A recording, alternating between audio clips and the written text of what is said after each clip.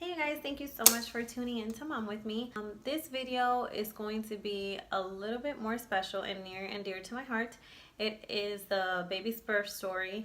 I wouldn't say labor, more like delivery, because I really didn't have a labor. And please don't mind me if I don't watch the camera. For some reason, I always rather look at myself than looking at the actual camera. It's just weird for me. But so I'm going to be talking about my birth story today. And this video was very highly requested from a lot of moms on my mommy group. If you're not a part of it, add it. It's on Facebook. It's called Mom With Me. It's not my mommy group. I am an admin. I was added as an admin. The first day was created by jist.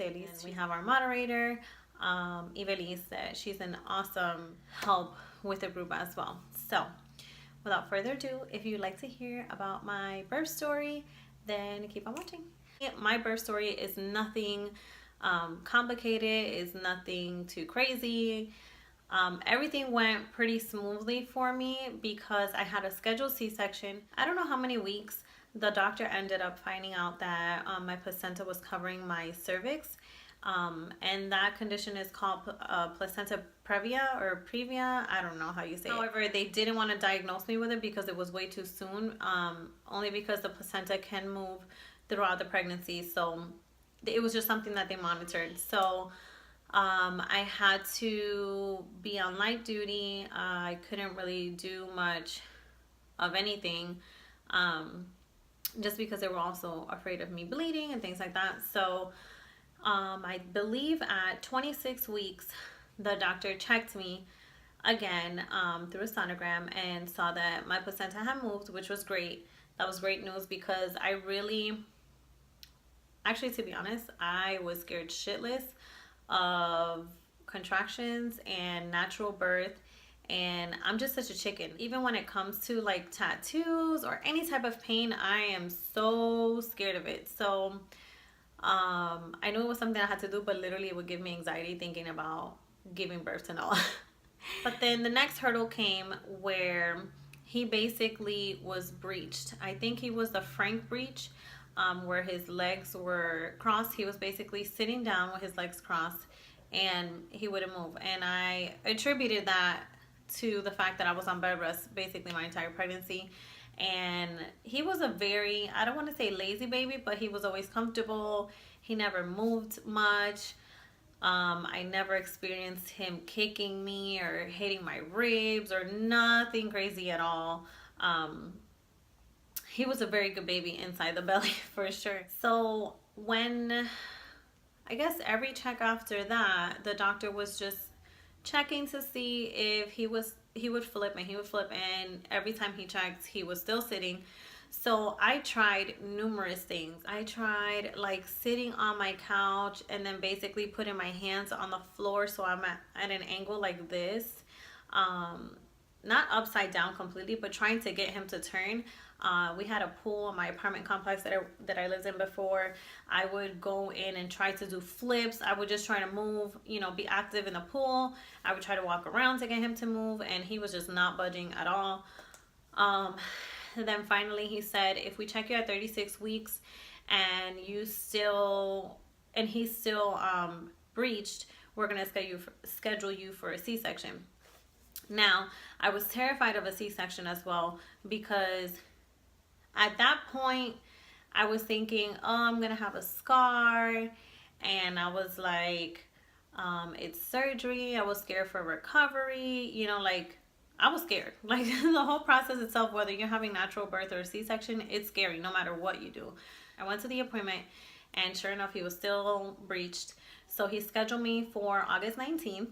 And yeah, he said, we're going to check you up until the same day that we're going to do the C-section to make sure that, because I said, if the surgery comes and he has flipped, do I still need a C-section? And he said, no, but we make sure we check you before then. So I said, okay, fine.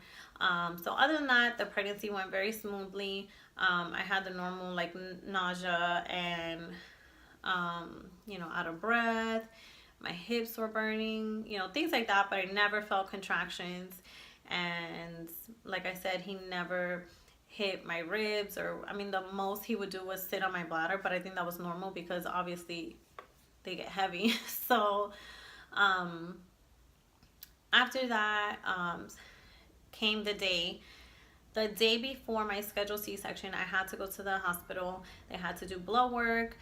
They had me fill out some consent forms, and they gave me a liquid of sterile body wash to use. So basically, that night I had to take a regular shower with using my regular soap, and then I had to use half of the bottle and wipe my body completely.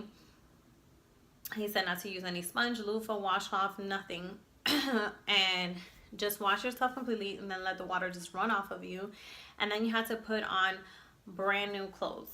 And basically what I just did was make sure I put on clean clothes that I had just washed. So I put on clean pajamas. I had washed all my bed sheets. They said make sure your towel is clean, make sure your clothes are clean, make sure your sheets are clean, are freshly clean. Even though they said new for everything, she meant, or freshly clean.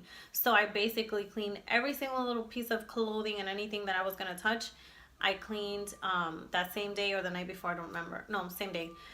And then she said when you get up in the morning, the day of the C-section, you need to take another shower with the rest of it. Do not take a shower or anything else, just that. And again, put on fresh new clothing, wipe yourself with a brand new towel, and that's it. So that's what I did. We got up at 4. I couldn't sleep at night, obviously. We got up at 4. We were at the hospital was really close to my apartment at the time, so it only took us maybe like 10-15 minutes to get there. So we drove over there and we got there. The appointment was scheduled for 5 o'clock in the morning. I got there at 5. I think they didn't bring me back until 5:30. And once I went into, so let me rewind a little bit.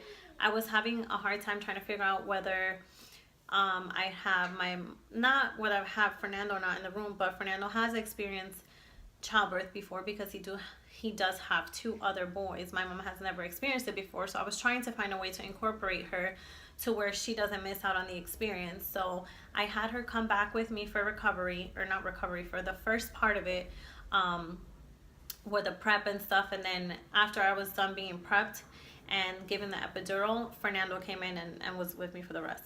So basically when I first went in, they had me wipe myself down with this wipe, and I wiped myself entirely head to toe.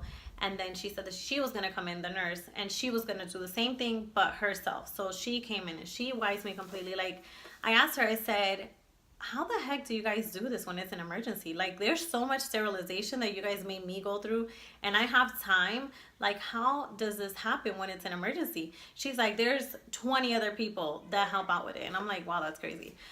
So anyway, after she cleaned me, I went back into the room.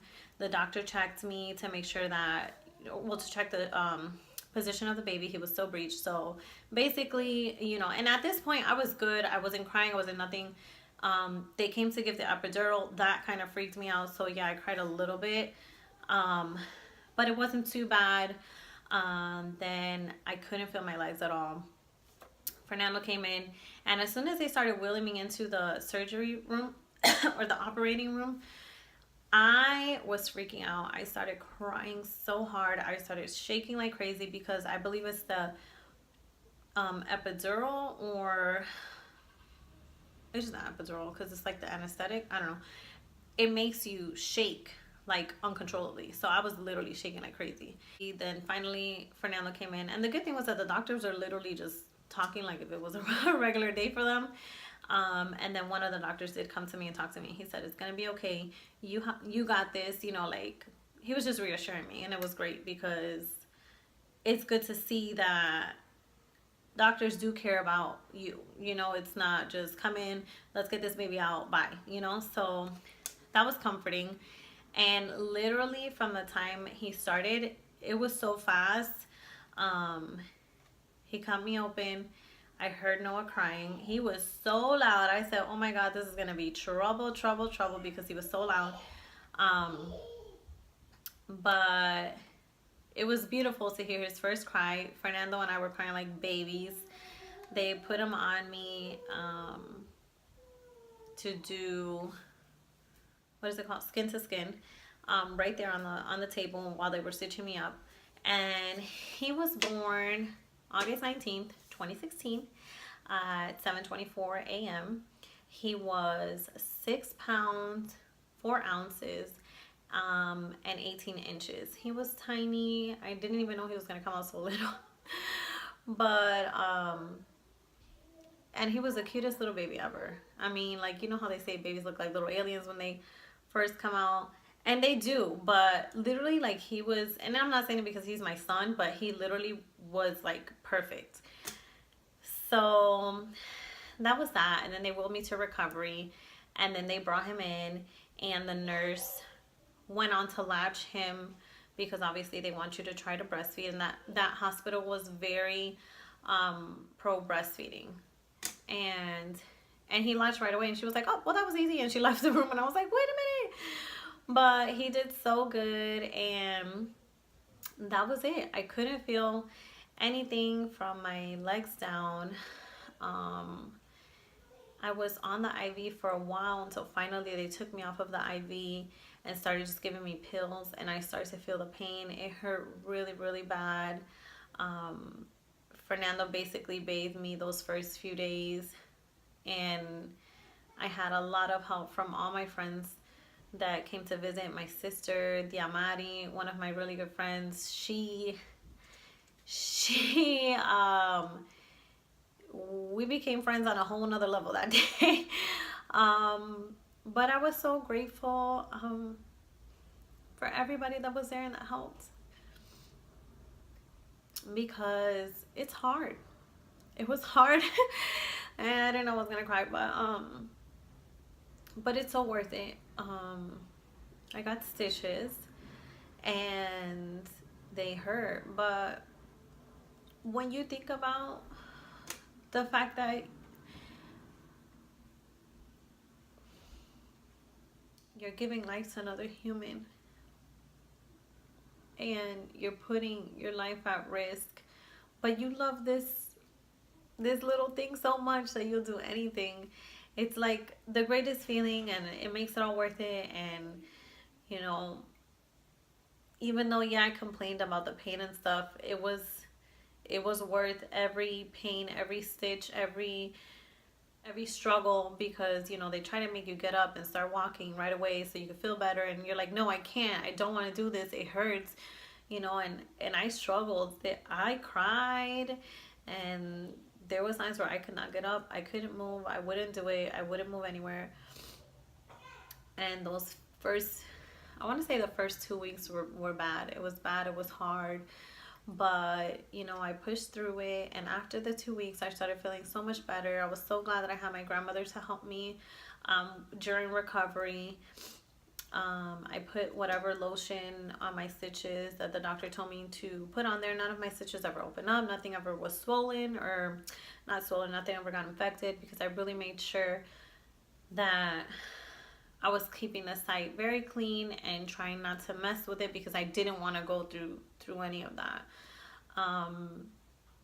But yeah, and that was it. There was nothing so exciting about it. Everything went by so smoothly. My doctor was so fast. It was literally in and out. God bless his hands. He stitched me up so quickly. The C-section itself was a breeze. It was just after that, when they take you off of the IV, that it all hits you like a truck. But I don't want to say it wasn't that bad, because it was bad. It hurts a lot, and I don't want to lie to you. But it is something that you'll get over, you know. After the first, I want to say the first 2 weeks is really the hardest, because your body just went through a major surgery. So yeah, so that was it. I wanted to show this beautiful little frame that my cousin, she's my mom's cousin, but I call her my cousin too. Her name is Monique. You can't really see it, but that she sent me in the mail. It's so beautiful. It says his name, his date of birth, weight, length. That has a little Florida map, the day he was born. It says Orlando. And I thought this was so cute. I always loved getting gifts in the mail. It would always make me cry, especially when you're not expecting it. But yeah, I need to for sure hang this up in his room. Right now it's just by his diaper changing table, but it's just a constant reminder, you know, of what I went through and the beautiful gift that God gave us. And I will do it again a million times for him. And that's it. Thank you so much for tuning in. I hope you like my birth story. It wasn't anything extravagant.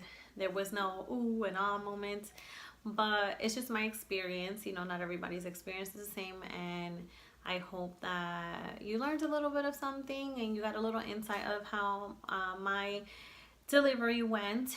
The next video that I'm going to be posting is going to be my toddler Christmas must-haves, or maybe like a toddler Christmas gift list, which is a highly requested video as well. That is coming up soon. I did film a video with my stepsons answering questions about Fernando and I, which was pretty fun to do. It's a very short video, but they've been dying to be on my channel, and I just try to figure out a way to incorporate them, and they had a great time. They want to be a part of all my videos now. But yeah, so thank you so much for tuning in, and I will see you in my next video. Bye. Maybe.